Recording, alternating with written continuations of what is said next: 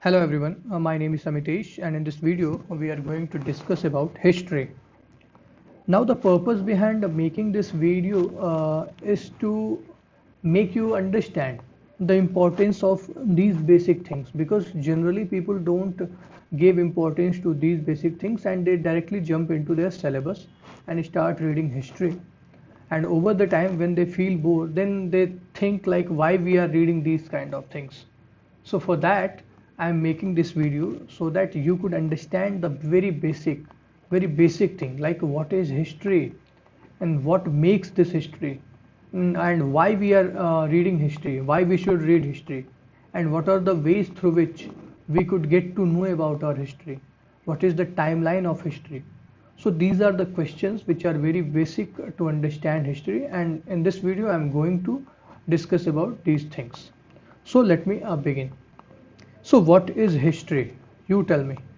It's a study of past, of course, very general term, study of past. Now question comes, what is past? What make this past?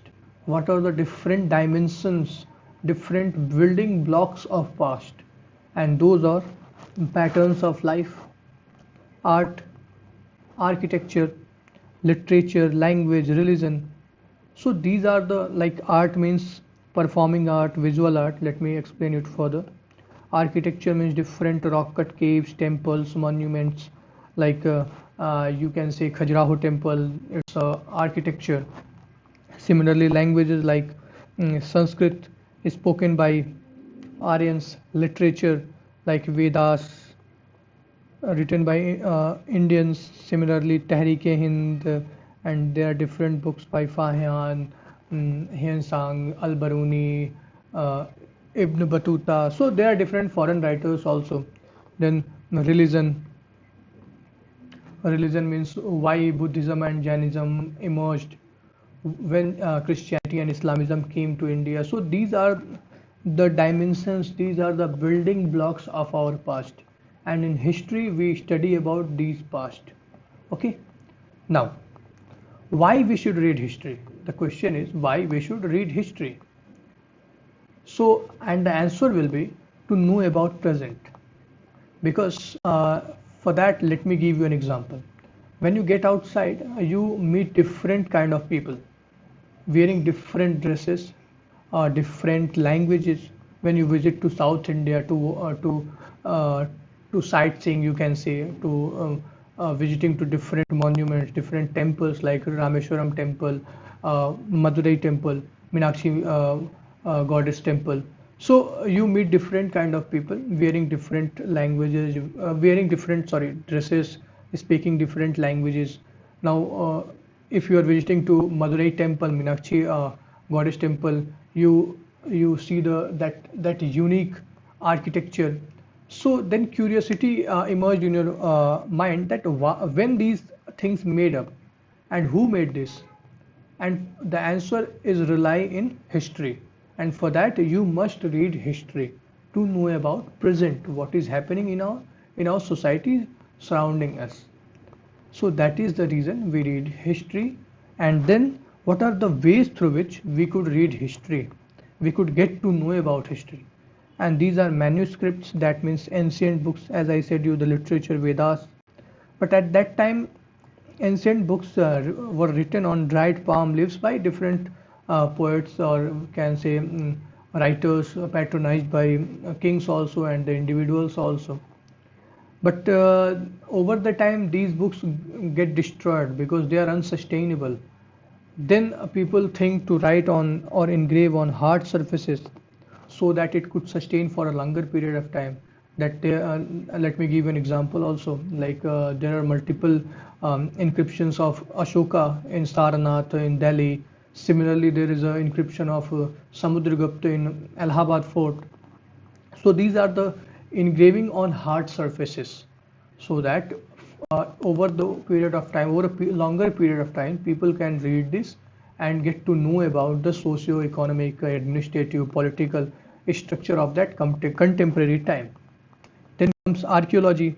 Archaeology means study of remains of ancient past, like remains of sculptures, potteries, coins like punchmark coin, silver coins, copper coins, gold coins, broken pottery, red polished pottery. So these things are the remains of past, and by looking at it, by studying these, we could get to know about our history. Now, here we talked about what is history, what is the purpose of reading history, and what are the ways through which we could read history. Now, let me jump to the division of history, or you can say the time period, timeline of history. Now, history is divided on the basis of written evidences. Written evidences means the time period for which we have some written evidences so that we could know about that particular time period. Now, this is prehistoric time. Why prehistoric? Prehistoric means time period before history. Now, history means that time period about which we know something. That means the period written evidences are available, but prehistoric period there is no any written evidences are available. So that is why they called prehistoric time period. Now you can see the timeline 3 million BC to 600 BC. Now let me sorry actually I forget to add that clip here. This prehistoric period is also called lithic age, or you can say stone age, because there are multiple stone implements has been finded. Stone implements like small flints, flakes, and over this time period is divided into three parts: Paleolithic, Mesolithic, and Neolithic. Now this time period is the period of evolution of human. Here people usually live in forest on tree. Nomads were there. They hunt animals. They eat raw meat. Then here people started domesticating animals also, and here they started agriculture also with proper specific adobe. That means houses. They are living in villages.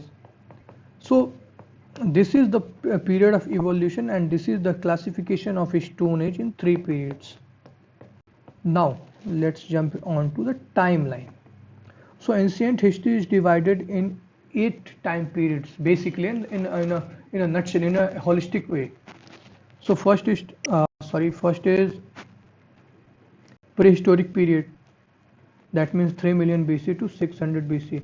Then comes Indus civilization, which was discovered by, I think, Sir John Marshall.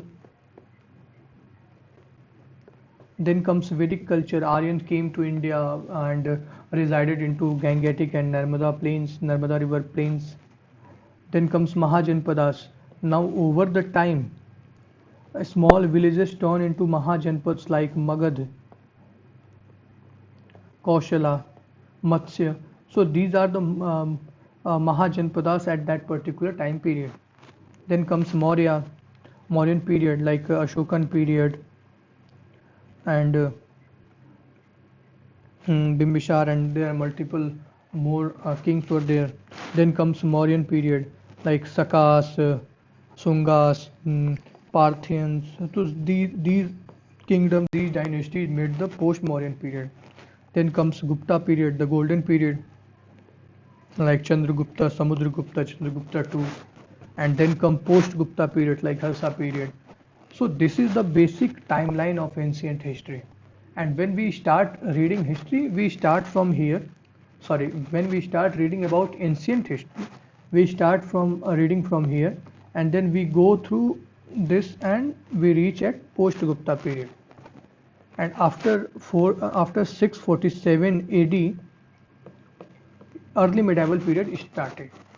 So this is the basic timeline. Now, hence, let me conclude this video. Like in this video, we talked about what is history, why we should read history, what is the purpose of reading history, what are the ways of history, what are the ways to know about our history, and what is the basic timeline of history. I hope you like this video. I hope you understand whole things. Thank you so much. Please make sure to subscribe this channel, because in further videos I'll be making similar basic topics, because when I was preparing, like you can see, this is my own notes which I made for ancient history. So when I started preparing, I faced multiple problems in understanding basics. So I muggle up different kind of sources and then made a proper notes which I'm putting before you. So please make sure to visit to this channel again and again and watch this. Thank you so much for listening. Have a good day.